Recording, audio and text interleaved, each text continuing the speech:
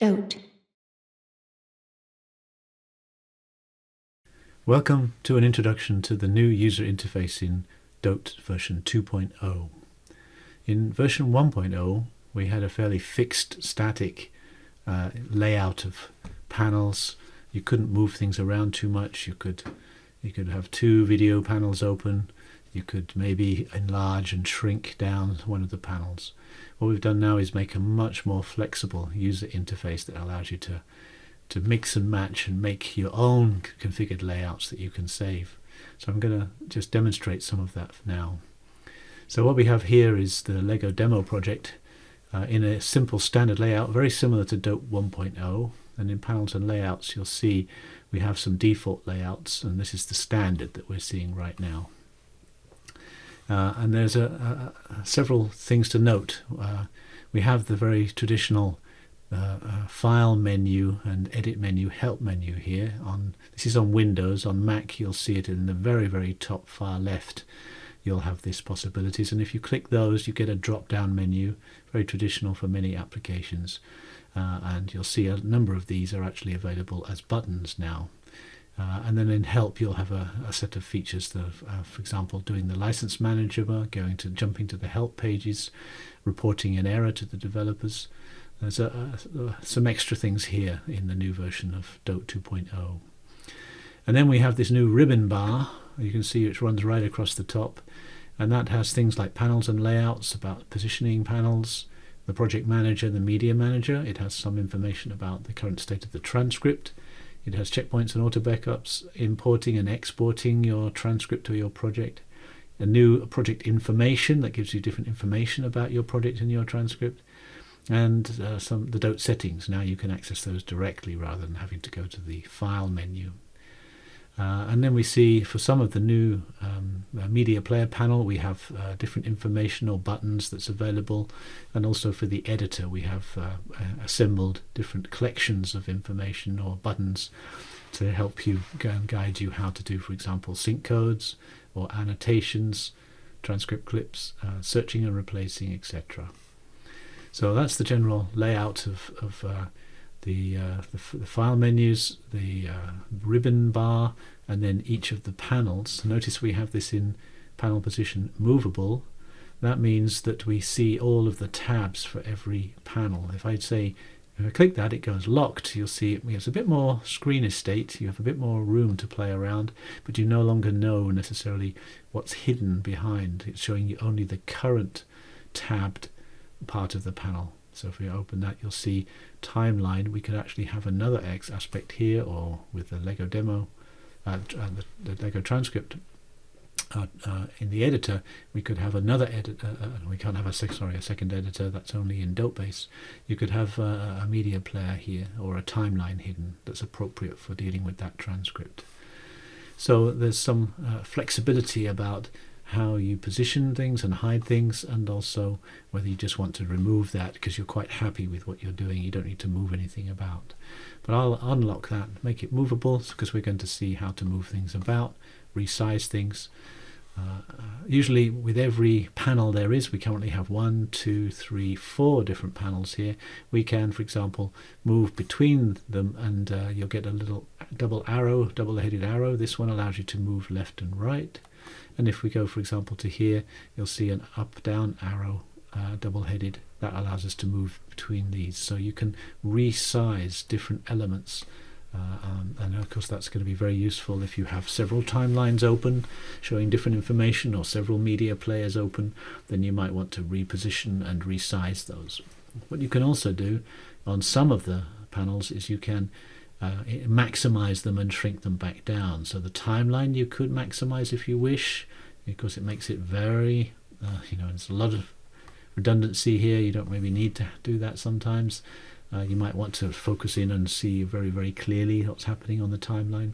But you can do it on a media player panel. Here we can zoom right in and shrink back down, and we can do that on the editor as well. So if we only want to focus on the written transcript, we can focus only on that. So it's like going into a Zen mode or a presentation mode.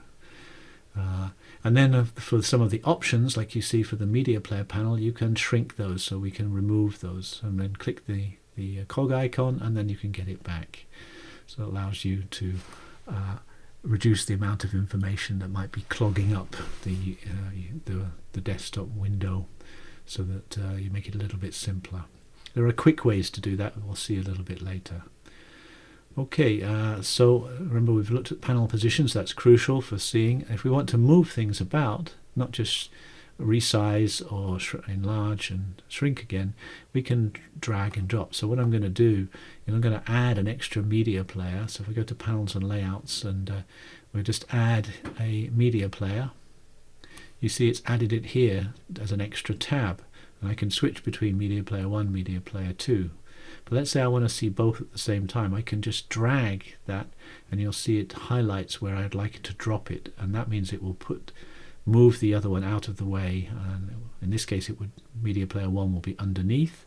If I move it down to the bottom, it'll be media player 2 is at the bottom, media player 1 at the top, and I could move it, for example, to be a tab here, or to be over here, to be on the right side of the transcript. So if I just let go, you'll see it adjusts everything, gives some room for the transcript. You might want to readjust that, so let's just make a little bit more room there. I'm just going to move back up so we get almost every line in, and then we can see 2 video players, and then I could just move it back and say move it down to the bottom underneath, and then just resize this one here, for example. We don't need to really focus on that, and then this one we could just get the right balance between the two. So you can move any of these around. You can move this Lego transcript here. You could move it so it features, if you go right to the edge, you could have it on this side, and all the other details of panels on the other side, if you like to work with the editor on the left side. Okay, so that allows you to add a new panel. You can also add a new timeline. So if I say I want a timeline with, say, only the sync codes showing, that it appears here, then I could move that. Let's say I want to have this timeline here at the very top, so it's big, and I want to have the other one at the very bottom. So I'm going to pick that up and put it down at the bottom. Now you can see we've got, it's getting a little bit dense, but it could be we want to focus on the timeline, so I'm going to give a bit more room. You just have to do a little bit of readjustment, and you can see there we have the videos. Maybe we're not so focused on the video, we're focused on working on, say, the sync codes in the upper one, or that's what we put it onto the bottom one. Let's just close that and then have only video cues in the top. So it allows us to focus really closely on the timeline, maybe zoom in a little bit, so we can see some of the video cues and their effect, and we could do the same down on the sync codes. We have 2 independent timelines, and if we play, you'll see they're now allowing us 2 different views of the current waveform and the video cues. There's the video cue now acting and doing a pan and a change of camera view, and you can also have working on the down here on the sync codes and adjust those here. If you jump around, you'll see it's jumping around from sync code to sync code. So I just made that up now. I might want to save that as a panel layout. That can be done. You can do, if I go here and I look at the defaults, I have also 2 custom ones down here. If I wanted to save this one, I'd say save. I'd give it a name and maybe a description, a short concise name that would be memorable enough, and a description of it. And if I save that, then this would be a new one, much as I have already done 2 here. So for example, if I open up this one, we've lost that one we were just created because it's no longer saved. This one was saved at another date, and I can recall this, and this one puts the timeline in between the video that's following the video cues in the media player 1, and then above a media player 2 that isn't following the video cues. So it allows a sort of balance between this one is always following the green video cues that I've already set up. So there's another one here which, if I open, is 3 media players, allows to have 3 plus 3, sorry, it's got 3 on the left and 3 on the right, very complex, and then the video in the middle with a timeline above. So you can see we can switch between any of these. I can also just see 2 media players, so for a presentation, and get rid of everything else, or I can see a very wide timeline. These are standard ones that we have as defaults. and you can just save your current one. If you'd like to alter and switch these to make it your perfect one, you can have a bunch of them for the type of tasks you want to do. The last things to look at, we've done the add new media panel and the layouts, is you've got some special modes if you want to very quickly change something of the layout. So if we look at application layer modes, there is an auto mode that will depend on your window size. So if you reduce your window, it will start adjusting what information is shown. This is set as complete at the moment.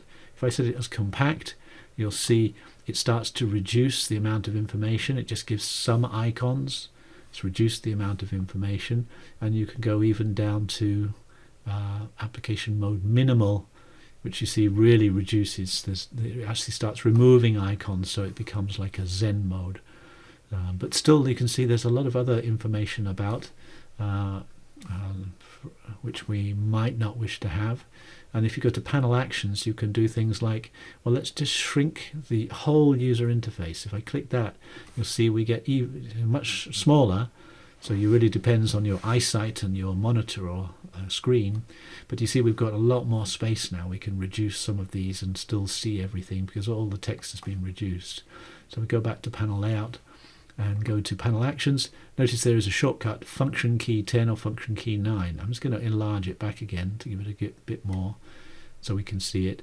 And then look at what other actions there are. There's full show everything, Zen minimize. If I press that, you'll see it reduces everything possible, makes it as minimal as possible.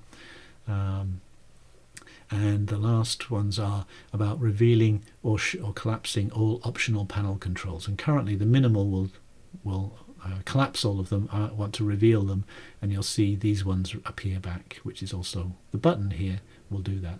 But if you have several of media player panels, it will do all of them at the same time.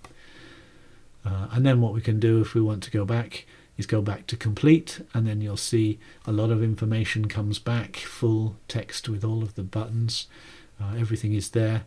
And then we could say panel actions, I want to enlarge or shrink the UI. So we get a Zen mode, you see, will minimize everything here. So it minimizes, and you can also go back to full show everything. So now it's showing even the tabs.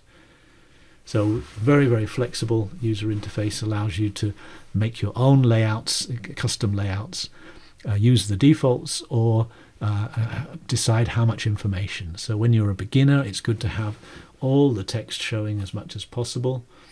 And then as you get more proficient, you can start reducing that. If I go down to, for example, let's go down to a Zen mode, you'll see that we're not particularly using any of the buttons up here. We've reduced it right down to the minimal. It might be you wish to, for example, see, if we just do a compact version, we've got some of the buttons, the project manager, the media manager, and we've got here things to do with checkpoints, auto backups, etc., import, export. They're still there as buttons, but it's not taking up so much room, it's not so cluttered, it gives us a bit more space, but we still have the buttons we need to be able to do certain functions. Okay, that's some of the new features we have of the user interface. Hopefully you find those very useful. You can set up your own workspace, work environment as you wish with DOTE.